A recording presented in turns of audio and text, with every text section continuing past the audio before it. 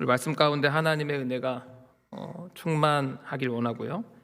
또한 그 충만이 여기서 그치는 것이 아니라 삶의 변화로까지 이어지길 축복합니다. 오늘 본문의 주인공은 나아만이라는 사람입니다. 누구라고요? 나아만이라는 사람이에요. 이 나아만은 아람 사람입니다. 북이스라엘의 인접국이죠. 아주 큰 대국. 나아만이라는 사람은 아람 사람이고요. 무슨 직업을 가지고 있었냐?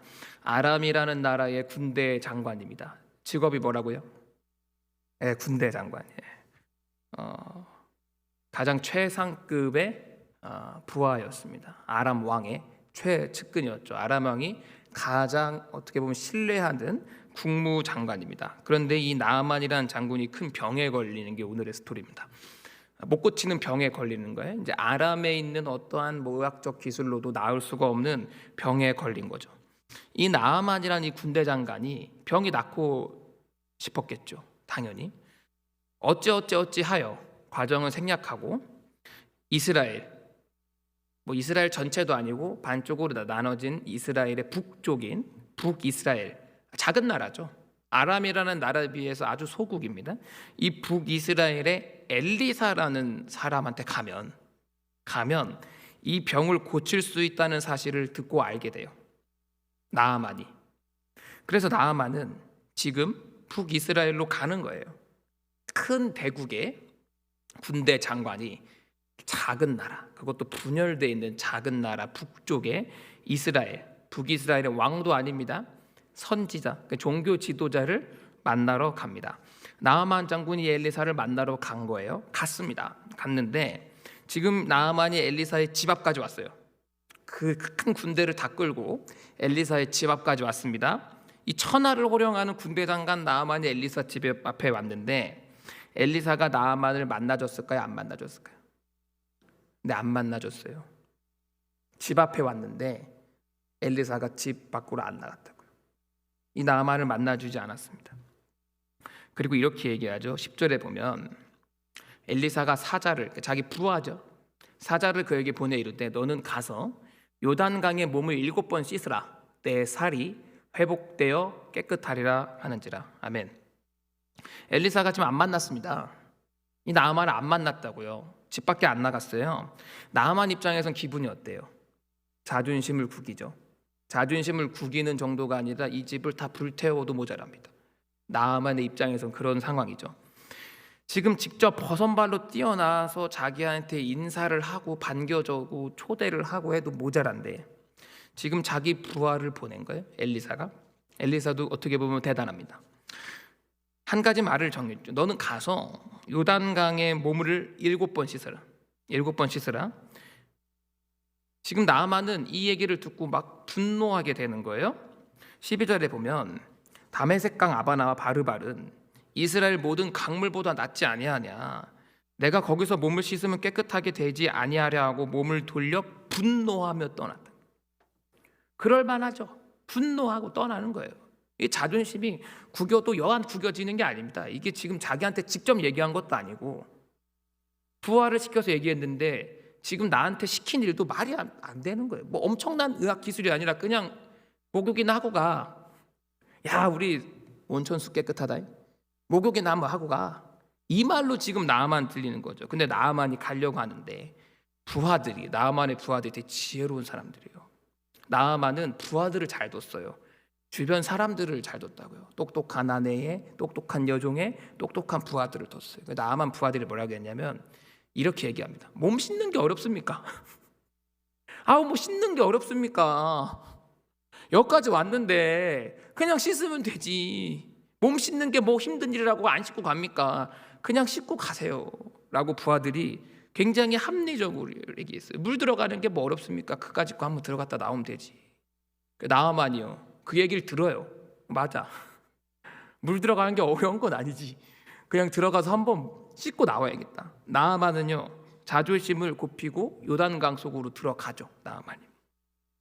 14절에 보면 이렇게 되어 있습니다. 나아만이 이에 내려가서 하나님의 사람의 말대로 요단강에 7번 몸을 잠그니 그의 살이 어린아이의 살같이 회복되어 깨끗하게 되었더라. 아멘. 아멘. 기적이 일어났어요. 그렇죠? 몸이 깨끗해졌다는 사실이에요. 회복되었다는 사실이죠. 하나님의 능력이 나타났어요. 자기의 몸이, 병이 치유됐다는 사실이에요. 우리도 그런 걸 바라죠. 우리의 삶에서 치유되길 바라요. 고난이 넘어가길 바랍니다. 드라마틱한 기적이 일어나길 바랍니다. 내 삶에 하나님의 역사가 가시적으로 팍 일어나길 원해요. 내 삶이 막 뒤집어지길 원합니다. 근데요, 이 열왕기하 5장에서 나하만의 이야기를 가지고 지금 기적에 대해서 지금 얘기를 하고 있는데, 이게 진짜 기적이냐? 사실 이 본문의 스토리의 주제는 그게 아니에요. 나하만이 병이 나았다는 게 기적이 아니거든요. 그걸 갖고 지금 기적이라고 얘기하는 게 아니에요. 진짜 기적은요, 뒤에 나와요. 오늘 우리가 안 읽은 본문이에요. 뒤에 나하만에게 벌어진 기적적인 일들이 나타난다는 거예요. 그 뭐냐면 15절이 진짜 기적입니다. 15절 같이 읽어보겠습니다. 시작. 나하만이 모든 군대와 함께 하나님의 사람에게로 돌아와서 그의 앞에 서서 이르되 내가 이제 이스라엘 외에는 온 천하에 신이 없는 줄을 아나이다. 청하건대 당신의 종에게서 예물을 받으소서 하니. 나하만이요, 하나님을 유일신으로 고백해요. 하나님을 하나님으로 고백하는 거예요. 나하만이 그 예물을 막 엘리사한테 드리는데, 그 엘리사한테 드리는 게 잘한 건 아닙니다. 성경에서도 잘한 거라고 얘기하는 게 아닌데, 그 마음을 봐야 돼요. 나하만의 마음. 그 마음은 무엇인가? 하나님께 드리고 싶다는 거죠, 자기 거를. 이 나하만은요, 지금 자기 혼자 온 것도 아닌데 이 엘리사 앞에요, 온 군대를 다 끌고 왔어요. 그렇죠? 자기를 안 만나줬던 엘리사입니다.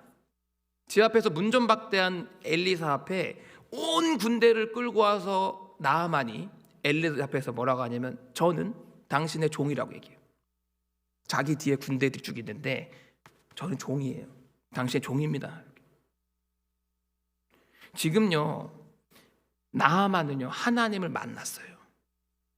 이 병이 치유되는 과정에서 하나님을 경험했다고요. 정확하게 하나님을 만났어요. 대면에서 만난 거죠. 병이 치유되는 과정에서요. 여러분 보십시오.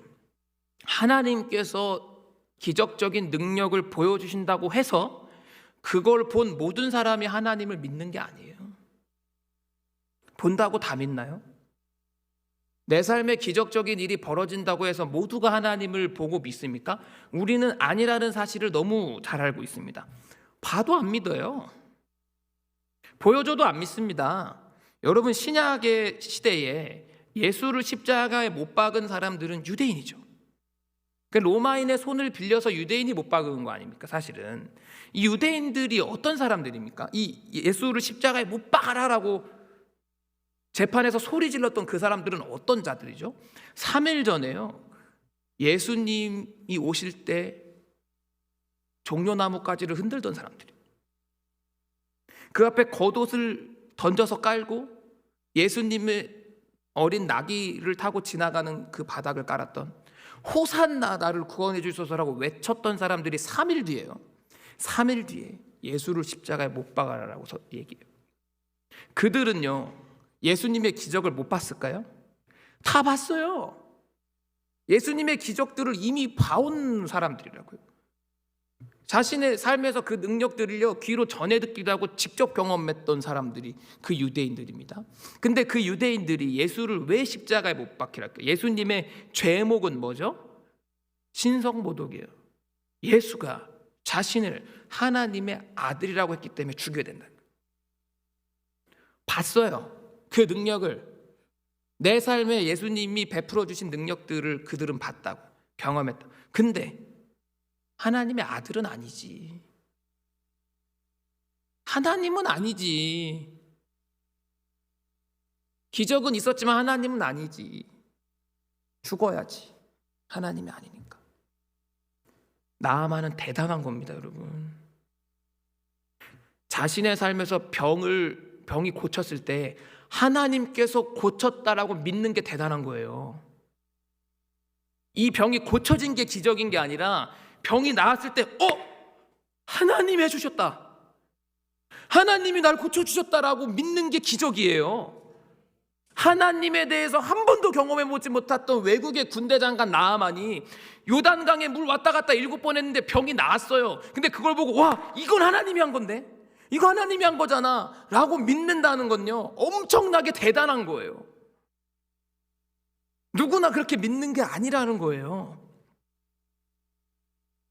이 나아만이 때론 우리 이 본문을 보면은 그냥 좀 기뻐서 립서비스 한 건 아닐까, 그냥 이 순간 뭔가 감격스러워서 그냥 하는 말 아닐까라 생각되지만, 이후의 본문들이 더 기가 막힙니다. 15절 이후에 나아만이 하는 말들이요, 이 주옥 같은 말들을 해요. 17절에 보면 이렇게 돼 있어요. 17절 읽어보겠습니다. 시작. 노새 2마리의 실을 흙을 당신의 종에게 주소서. 이제부터는 종이 번제물과 다른 희생 제사를 여호와 외에 다른 신에게 드리지 아니하고 다만 여호와께 드리겠나이다. 아멘. 진짜 끝내주지 않습니까? 이 고백이 진짜 끝내주지 않습니까? 나아만이요, 뭐라고 얘기해요? 흙을 좀 주십시오.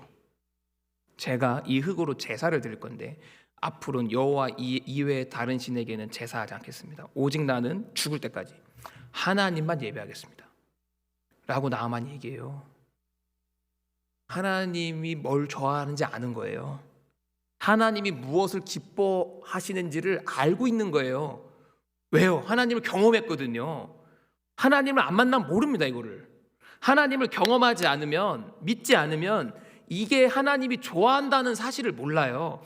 하나님이 누누이 신명기 통해서 이스라엘 백성에게 엄청나게 1000년 동안 얘기했던 게 여호와 이에 다른 신 섬기지 말라. 나아만은 그걸 알지도 못한 채로 지금 알고 있는 거예요.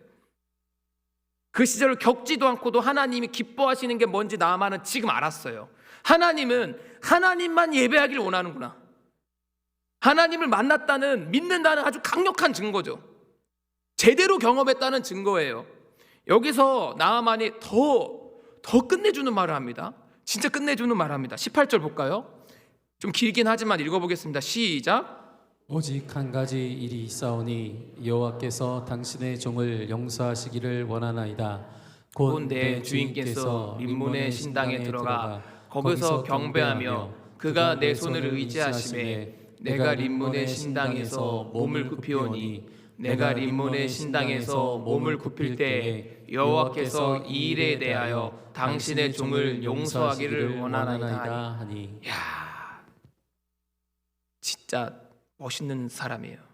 나아만이 지금 이렇게 얘기하는 거예요. 내가요, 마음에 걸리는 게 있어요. 뭐냐면 고국으로 돌아가면 저의 주인은 왕이 있는데, 왕이 림몬의 우상숭배죠, 림몬의 신당에 들어가서 절을 하는데 그분이 나이가 많고 그래서 내가 수발을 들어야 되는데 그러려면 나도 몸을 조금 굽혀야 돼요. 근데 그것 때문에 하나님이 속상하실 것 같아요. 용서해 주세요. 제가 몸을 조금 굽히는 거를 하나님 저를 좀 봐주세요. 어쩔 수 없는 저의 현실 때문에 그래요. 기가 막힌 고백을 해요. 나아만이 엄청난 고백을 한다고요.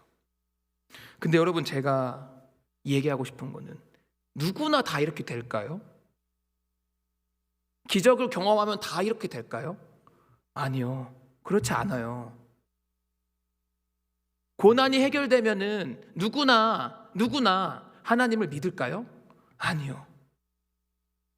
고난 중에서 하나님을 찾는 자만이 믿어지는 거예요. 지금 이 본문의 끝까지 이렇게 읽으면은 나아만은 지금 무엇을 기뻐하는가를 발견할 수 있어요. 나아만이 지금 기쁜 이유가 뭐지? 본문을 계속 묵상하고 보잖아요. 나아만은 병이 나아서 생기는 그런 기쁨이 아니에요. 만일 병 나은 것 자체만 기뻤다면은 병 나았을 때 집으로 가면 돼요. 나라로 가면 되죠. 왜 온천지 군대를 다 끌고 와가지고 엘리사 앞에 이 말을 하고 이 고백들을 하고, 하나님 제가요 혹시 절할 수도 있는데 봐주세요. 전 하나님한테밖에 제사 안 할래요 라고 하는 건 뭐예요? 나아만의 기쁨의 원천은 고난의 해결이 아니에요. 해결이 아닙니다. 하나님을 만난 게 기쁜 거예요. 하나님을 경험한 게 지금 기쁘다고요. 나아만은, 야, 내가 우상 숭배하는 나라의 군대 장관인데, 야, 내가 오늘 여호와 하나님을 만났다.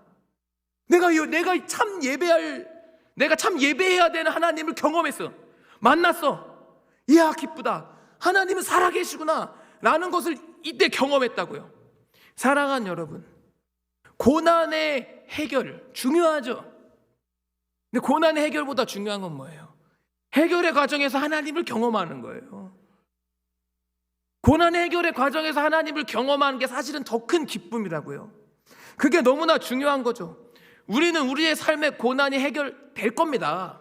여러분, 다 해결이 될 겁니다. 내가 원하는 방법대로는 아니어도. 근데 해결의 과정에서요, 하나님을 경험하지 못하면 그 고난 나에게 아무런 의미가 없어요. 아무런 의미를 주지 못한다고요. 나아만은 지금 그 고난의 해결에서 하나님을 경험했다는 사실입니다. 여러분, 누가복음 17장에 이거랑 아주 똑같은 얘기가 나와요. 다른 이벤트지만 이거의 구조와 아주 같은 얘기가 하나 나오는데요. 그게 누가복음 17장에 나오는 10명의 나병 환자 얘기예요. 10명의 나병 환자가요, 이 나병을 고치기 위해서 예수님을 찾아가서 만나게 돼요. 그리고 예수님께서 이 나병 환자에게 치료법을 주시죠. 14절에 보시면 이렇게 돼 있어요. 보시고 이르시되, 나병 환자를 보셨어요. 가서 제사장들에게 너희 몸을 보이라 하셨더니 그들이 가다가 깨끗함을 받은지라. 이 얘기는 뭐냐면요, 좀 배경이 있어요. 이스라엘 사람들의 율법 속에서는 나병, 즉 한센병이 걸리면은 그 커뮤니티에 살 수가 없어요. 그 마을에 들어갈 수가 없다고요. 그래서 나병 환자끼리 사는 곳에 따로 격리돼서 살아야 돼요.